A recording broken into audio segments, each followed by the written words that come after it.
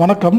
ஒரு நபர் ஒரு கேள்வி ஒன்று கேட்டிருக்காரு. மருந்து பட்டு பூச்சி சாவுதோ இல்லையோ, நாங்கள் கேன்சர் சாவோன்னு. கண்டிப்பாக ஓகேங்களா. இந்த கேள்வி ஒரு நல்ல கேள்வி தான். இப்போ பார்த்திங்கன்னா விவசாயம் செய்கிற நாங்களே பார்த்திங்கன்னா இந்த காய்கறியை தான் சாப்பிட்டுட்ருக்கோம். ஓகேங்களா. ஸோ இப்போ வரக்கூடிய காய்கறிகள் எல்லாமே ஒரு ஆர்கானிக் ஃபேக்டரியில் காய்கறி இருக்கான்னு கேட்டிங்கன்னா கண்டிப்பாக கிடையாது. அதில் ரேடியேஷன் பார்த்திங்கன்னா அதாவது இன்ஆர்கானிக்காக கண்டிப்பாக கொஞ்சம் இருக்கும். சரிங்களா. அது எவ்வளோ தான் பண்ணாலும் அது இல்லாமல் மக்கள் மத்தியில் நீங்கள் பார்த்த உடனே உங்களுக்கு பிடிக்கிற மாதிரி பளிச்சுன்னு இருந்தால் தான் பொருளே வாங்குறீங்க. அப்படி இல்லாமல் ஆர்கானிக்கெலாம் போட்டு அந்த பொருளுக்கான விலையை கொடுத்து வாங்குறது நீங்கள் ரொம்ப கஷ்டப்படுவீங்க.